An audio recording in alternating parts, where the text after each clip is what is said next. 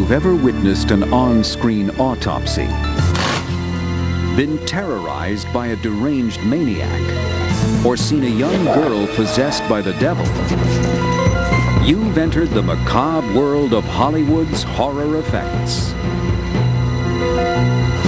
The point of this peculiar art form is to create the most shocking imagery imaginable. And anyone who can't cut it is in the wrong business. Welcome to the bizarre fright factories, where the masters of horror conjure grotesque creatures and gruesome effects. Coming up, we'll learn how Hollywood's most hell-raising creations are fabricated. And we'll meet the father of modern makeup effects, who turned The Exorcist into one of the most terrifying films of all time. We have such sights to show you. Next on Movie Magic.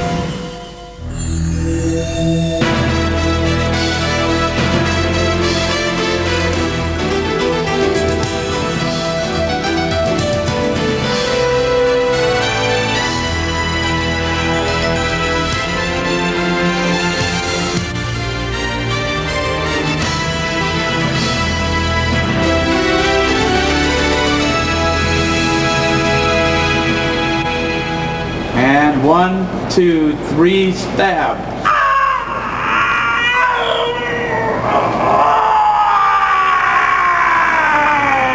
Since the days of Frankenstein and Dracula, the best horror films have always been driven by unforgettable characters. Today, the maniacal Freddy Krueger, created by writer-director Wes Craven, has become one of the most recognizable and popular characters in the world. I always feel like the real impact does not come from blood. I mean, you can have, gallons of blood. You can have rooms full of blood. But if the emotional impact isn't there, if you don't have an investment in characters, then it's either meaningless or it trivializes the sort of attendant suffering that is going on. On the set of Wes Craven's new Nightmare, star Robert Englund, who plays Freddy, makes the transformation into Elm Street's arch nemesis. Freddy's scarred and burned face, designed by makeup artist David Miller, is integral to Englund's performance. When you wear the makeup, it does this strange thing to an actor. It actually frees up the performance a bit. We're so used to working with our own faces, and we're stuck with these. But when you have all that makeup on, it kind of frees you up. It makes you feel a little more comfortable to be artificial. Hi, kids! But great horror characters must go through a long development process before they are turned loose with a chainsaw or machete. First, they emerge from the minds of horror meisters like Wes Craven or Clive Barker, creator of the Hellraiser films. You know, I've been storyboarding this, and I've kept coming back to the image of the teeth closing around him in a different direction.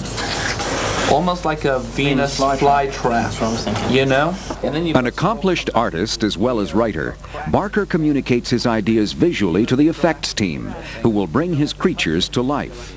Gary Tunnicliffe and the crew at Image Animation International have created the makeup for the first 3 Hellraiser films and are about to embark on Hellraiser 4: Bloodlines. Nobody escapes us. With a normal director, you show them a drawing and they look at it and they kind of have an idea for a change. With Clive, he will take that drawing and he will put a piece of paper down and he will draw what he wants. Hellraiser's star and leader of the film's sadomasochistic Cenobites is the incomparable Pinhead. We'll tear your soul apart. At Image Animation's Southern California studio, Tunnicliffe works on a new makeup design to be worn by Doug Bradley, who plays the needle-headed monstrosity. Tunnicliffe first sketches a layout for the latex facial pieces called appliances, which will be used for the makeup. The layout is sketched onto a plaster cast of Bradley's head. I'm thinking if we sculpt the back, run one out of foam. Next, the sculpting process begins. Tunnicliffe uses an oil-based clay called plastiline to fashion Pinhead's hairless skull and trademark grid. This grid, carefully laid out so it is evenly proportioned across the skull, was not part of the original makeup design. What happened was somebody drew a graph on a bust in order to make sure the pins were even. And as soon as everyone saw the graph, they said, perfect, leave the graph in. Once the sculpting is complete, the appliances are cast out of foam latex. When this process is finished, they are prepared for the all-important final step. Only now can Tunnicliffe begin the application of the 138 nails that appear to be driven into Pinhead's skull. Each of the hand-painted plastic protrusions is affixed to one of the appliances with super glue. In a perfect world, we'd just hammer nails straight into Doug's head. But for some reason, he's really against that. Actors. Finally, the makeup is ready to be applied to the star himself. While Bradley has played the role 3 times before, Tunnicliffe makes subtle changes to the makeup for each film. The truth is that if I am standing still doing nothing, the makeup and the costume are screaming off that screen. So, in a way, the less I do, the better it reads, and I have to just come to terms with that. Once in full makeup, Bradley takes his gruesome visage to the set. When the camera rolls, Pinhead comes to life, and one of Hollywood's most horrific adversaries takes center stage. This is a holocaust, waiting to wake itself. What you're looking at is a guy with nails in his head. It's a horrendous idea, but your eyes are drawn to the image, and you look at it. And why? Because there's something about it very regal, very ordered. It's a great image, and it's one that, if only we could create again and again. Oh, no tears, please. It's a waste of good suffering. When we return, we'll meet the man who changed the face of horror makeup forever with The Exorcist. Long before the days of Freddy and Pinhead, a young makeup artist named Dick Smith revolutionized the craft of special makeup effects. Smith's inventive spirit and passion for realism evolved during his 15 years as the head of NBC's makeup department. His early feature film work was highlighted by transforming Dustin Hoffman into the 121-year-old Jack Crabb in Little Big Man. I started doing makeup way back in 1945, and I got into television. There wasn't anything like special makeup effects in those days. It wasn't until I worked on The Exorcist in 1972, I guess it was, that there was even a call for the kind of change on camera that was required. The Exorcist tells the story of a young girl named Regan who is possessed by the devil. The lead role was given to an unknown actress named Linda Blair. Really, the hardest thing on The Exorcist was arriving at Linda Blair's Regan demon makeup. I did a series of about 5 or 6 different makeups on her with appliances. First, just to see if I could make her look mean. I mean, this sweet little, apple-cheeked girl. The testing process, seen in these rare camera tests, went on for weeks. Blair and her photo double, Eileen Dietz, gamely endured more than 5 hours per day in the makeup chair. Some of them were overdone at first. Finally, we arrived at something that looked like it was workable, and I perfected it. But Blair's makeup was only the beginning. The film required an incredible number of special rigs and mechanical devices to achieve such demonic effects as Regan's vacant eyes, serpentine tongue, and unforgettable 360-degree head turn. To accomplish the effect, Smith designed and built a life-size dummy of Linda Blair, complete with rotating head. Smith first cast a Linda Blair dummy in foam latex. Working with special effects man Marcel Vercouter, he then configured the dummy's rotating head and animated the face with radio-controlled eyes. One of Smith's biggest challenges was the scene in which Regan showers 2 priests in satanic vomit. Eventually, I worked out a way of molding flat tubes out of heat-forming plastic that could be connected with a kind of a pipe that went through the mouth. A partial mask was fitted over to conceal it and to make her look like the Regan demon, and the rest of the makeup was conformed to that. Then the special effects man could pump pea soup right through this thing, and it would spray out at the camera or whatever.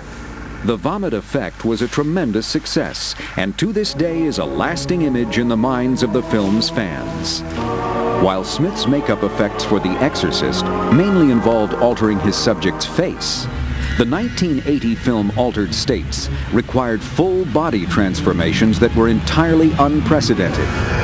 In Altered States, Dr. Edward Jessup, played by William Hurt, experiments with untested drugs, which cause his body to go through a series of agonizing contortions.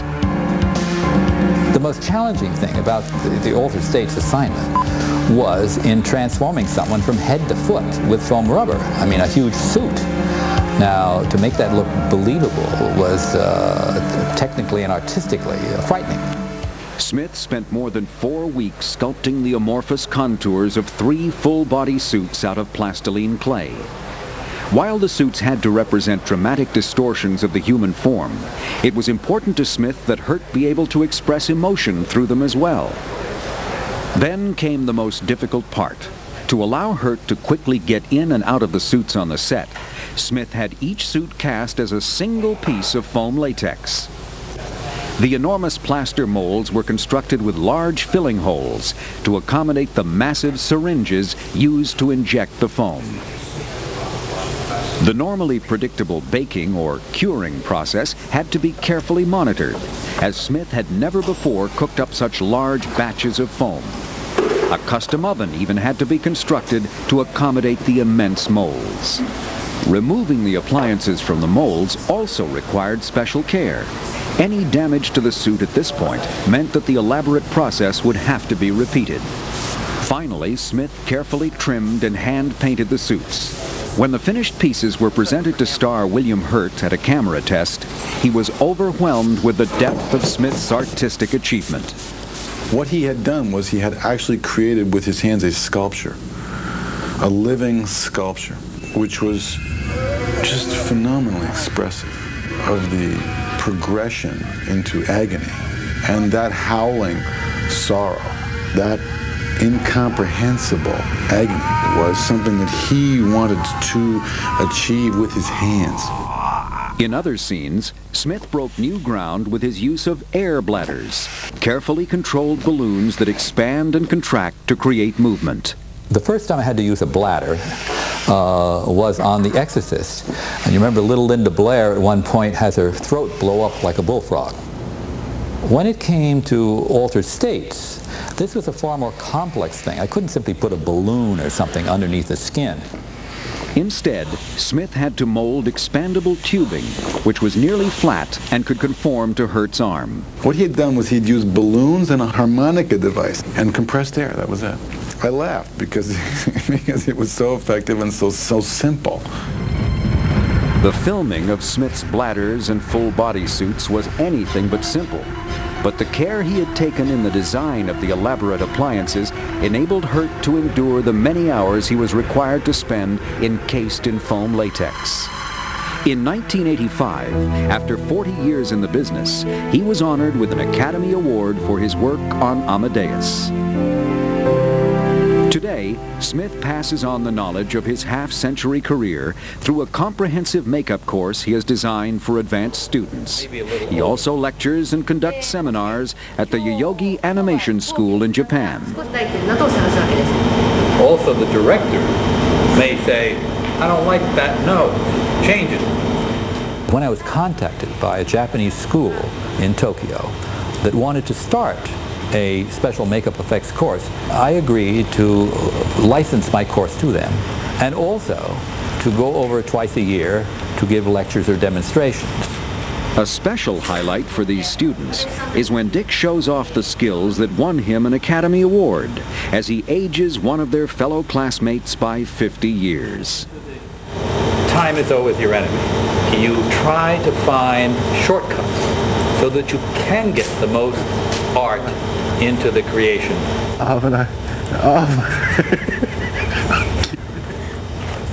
Well, to me, there's a great sense of magic and wonder and even something godlike about changing a human face or an actor or person into something entirely different, a creature or another person or whatever it is, and having that person come to life. I don't know, I get a great thrill out of that. Equally as important as Smith's work is his reputation for boundless generosity. Despite his dozens of innovations, he never keeps secrets from his peers, choosing to share all of his formulas and compounds with other artists. He has inspired me for years and years and years. I carry his memory with me all the time. When I think about quality, when I think about courage, and continuing to go on toward the vision in a humane and compassionate and generous way, I think about him. Next, the godfather of gore reveals the secrets of some of film's most gruesome illusions.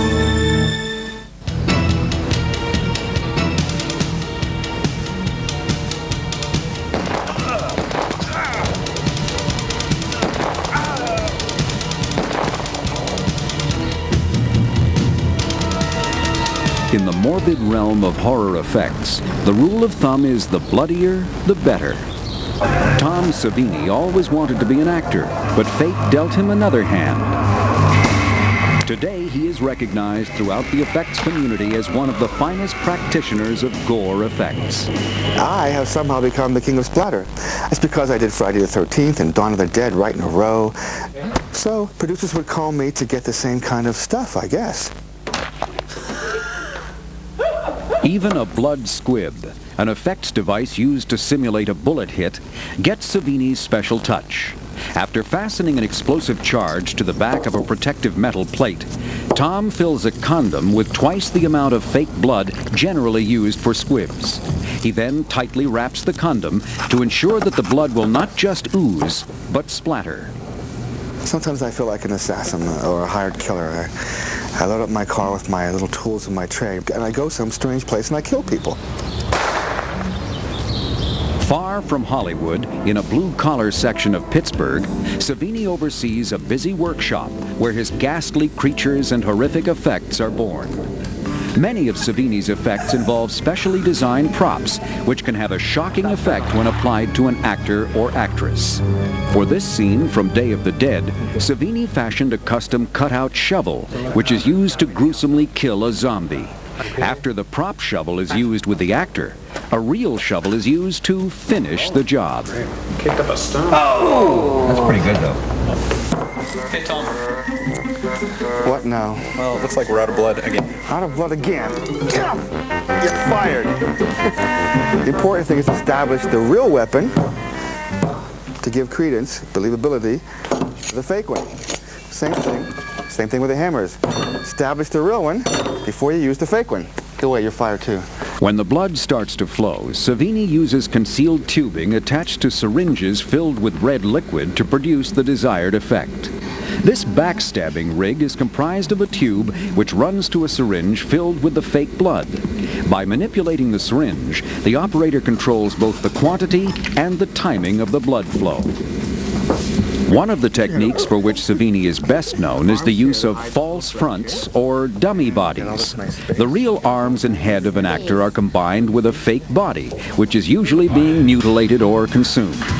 This technique was used in one of Savini's most infamous films, George Romero's Dawn of the Dead, and its sequel, Day of the Dead. Zombies were gunned down by the hundreds, but when the Walking Dead managed to catch up with an unfortunate victim, a feast would ensue. I mean, my job was to sit around and think of ways to kill people. There were some ways in the script, we came up with a lot more of them.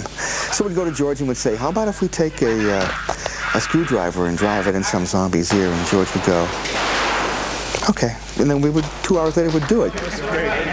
Perhaps the most memorable death scene from Day of the Dead was this poor soldier's demise, torn in half and devoured by a mob of hungry undead. Savini first constructed an elevated floor with a hole in it to allow actor Joe Pilato to hide his body from the chest down. He then attached a foam latex body section to Joe's shoulders and arms, complete with a large cavity to hold the blood and guts. The fake body technique is not as simple as it first appears. You couldn't lay the body on me, right now the way I am, and have it look real, even if I put my head back. My chest has to be up for it to lie on, so it looks like the continuation of my shoulder line into the chest.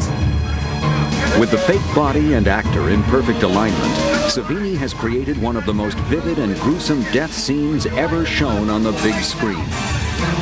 Images like these may not be for everybody.